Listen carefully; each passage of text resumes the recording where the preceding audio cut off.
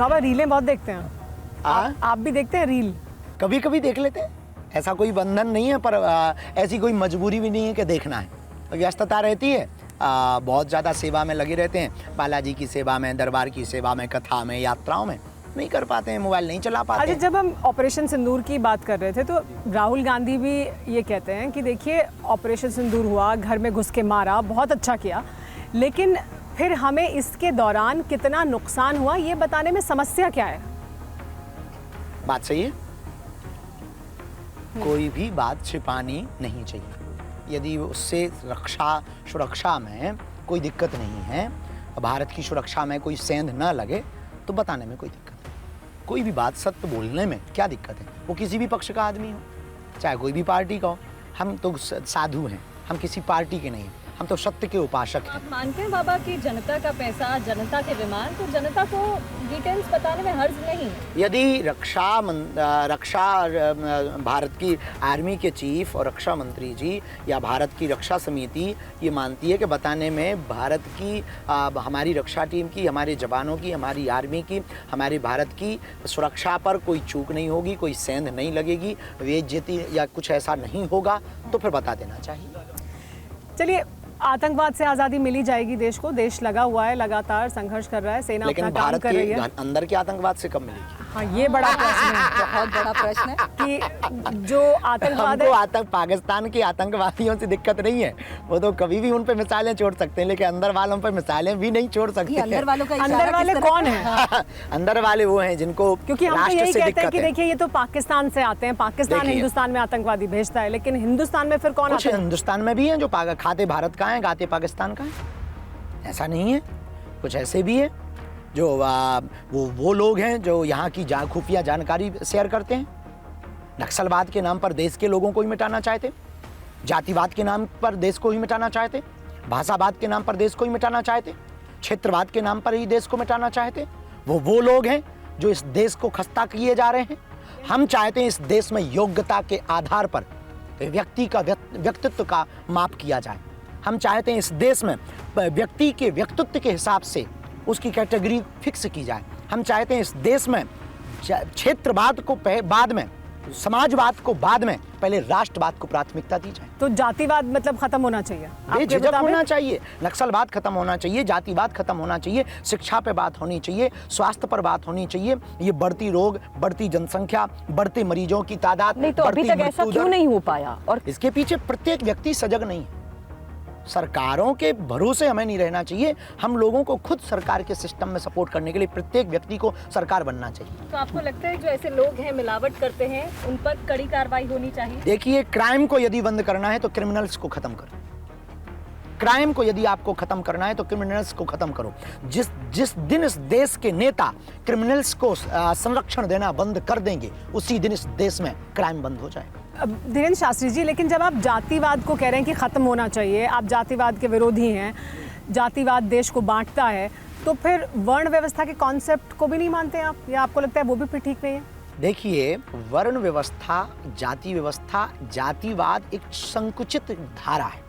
वर्ण व्यवस्था प्राचीन परंपरा है, उसमें किसी का मान हनन नहीं होता है, उसमें किसी पर थोपा नहीं जाता है, उसमें किसी पर लागू नहीं किया जाता है, उसके नाम पर कभी वोट बैंक नहीं मांगा जाता है, उसके आधार पर कभी किसी के ऊपर आरोप प्रत्यारोप नहीं किया जाता। हम तो यहाँ तक तैयार हैं, हमारे, चूंकि हम शंकराचार्य नहीं हैं, हम एक साधारण आचार्य हैं, शास्त्र परंपरा की मर्यादा को मानने वाले, शास्त्रों के आधार पर जो हमारी गुरुजनों ने हमें सिखा रखा उस आधार पर जीवन जीने वाले।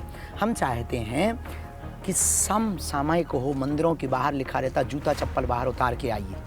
हम चाहते हैं हमारे देश के शंकराचार्य घोषणा करें कि मंदिर के बाहर जूता चप्पल भी बाहर उतार कर आइए और मंदिर के बाहर जातिवाद भी बाहर छोड़कर। पॉलिटिकल सिनेरियो की अगर मैं बात करूं, राजनीति परिप्रेक्ष्य में बात करूं, तो क्या ये जातिवाद एक बहुत बड़ा मुद्दा नहीं है? क्या आपको नहीं लगता कि यहाँ पर जनगणना के लिहाज से भी अगर देखा जाए, आरक्षण के लिहाज से भी देखा जाए, तो इसी मुद्दों के साथ वो जनता के बीच में ही जाते हैं? देखिए, सबसे बड़ी दिक्कत ये है कि देश के नेता और देश का चुनाव, जहाँ तक हमने देखा है, इस देश में चुनाव कभी भी विकास के नाम पे नहीं होता।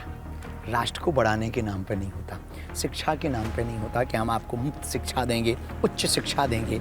कभी ये किसी नेता ने घोषणा नहीं की कि यदि हमारी सरकार आएगी या हम सरकार में बैठेंगे तो सरकारी स्कूलों के टीचर के बच्चे प्राइवेट स्कूलों में नहीं पढ़ेंगे, सरकारी स्कूल में ही पढ़ेंगे और उसी में पढ़ेंगे जहाँ वो पदस्थ होंगे। देखिए फिर कैसे शिक्षा में सुधार नहीं होता है, स्कूलों की व्यवस्था कैसे व्यवस्थित नहीं होती है। डॉक्टरों के परिवारजनों का इलाज प्राइवेट हॉस्पिटलों में नहीं होगा, उसी हॉस्पिटल में होगा जिसमें वो पदस्थ होंगे। सही कह रहे हैं। देखिए स्वास्थ्य की सुविधाएं कैसे नहीं सुधरती।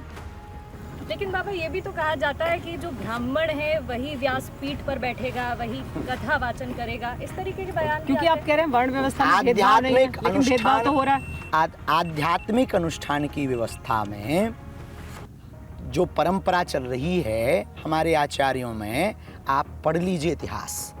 जातिवाद फैलाया किसने? हमारे सनातनी परंपरा में संतों ने जातिवाद फैलाया नहीं, मिटाया। आदि जगत गुरु रामानंदाचार्य ने 1400 ईस्वी में कहा था, हरि को भजे सो हरि को होई, जात पात पूछे नहीं कोई।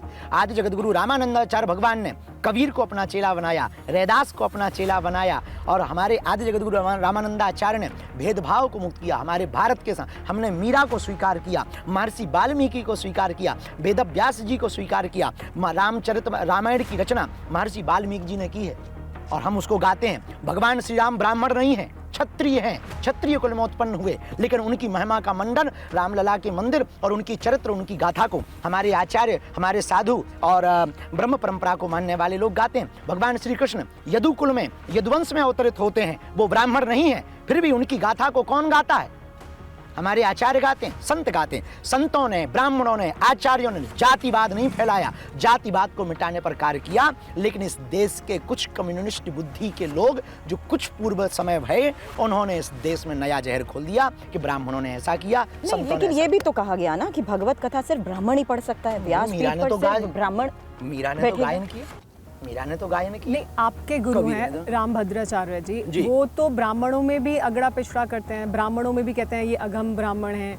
वो कहते हैं किस जगह शादी होनी चाहिए, किस जगह शादी नहीं होनी चाहिए। तो वो उनके तो कितने भक्त हैं, आपके खुद वो गुरु हैं, वो ही इसको आगे बढ़ा रहे हैं। वो तो ब्राह्मणों में भी कह रहे हैं कि अगड़ा पिछड़ा है।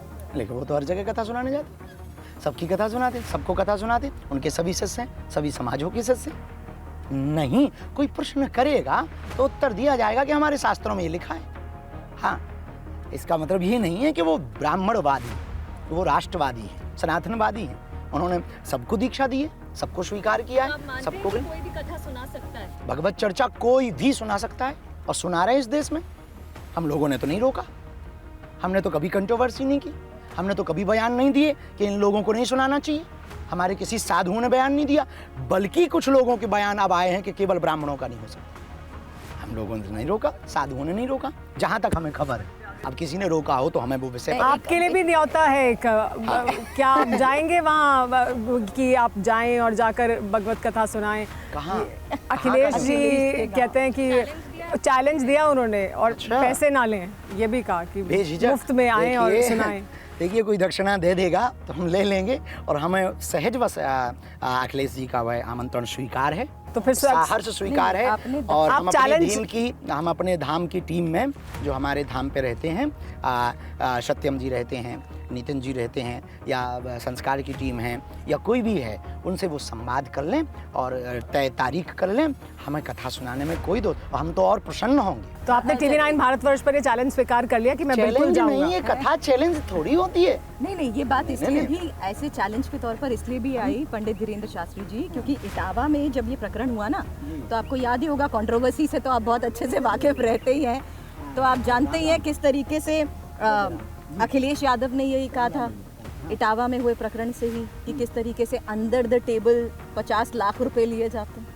कुछ भी वो लोग बोल देते हैं। देखो, कथा की कोई दक्षिणा दे दे, मना नहीं करते, और वो दक्षिणा हम नाचने गाने वालों में नहीं लगाते। जो मिल जाता है, भंडारा, अन्नपूर्णा, बेटियों का विवाह, धाम पर आने वाले लोगों को भोजन की व्यवस्था और उसी से कैंसर हॉस्पिटल की व्यवस्था, हॉस्पिटल बना रहे हैं, जन कल्याण के लिए बना रहे हैं, अपने लिए तो हम बना नहीं रहे। इसमें किसी एक समाज के तो यहाँ इलाज कराने आते नहीं, सब समाज के आएंगे। भंडारे में जात पूछ करके भंडारा नहीं दिया जाता, जो आ जाए सब प्रसाद पा करके। कथा में जो आ जाए सबका स्वीकार किया जाता।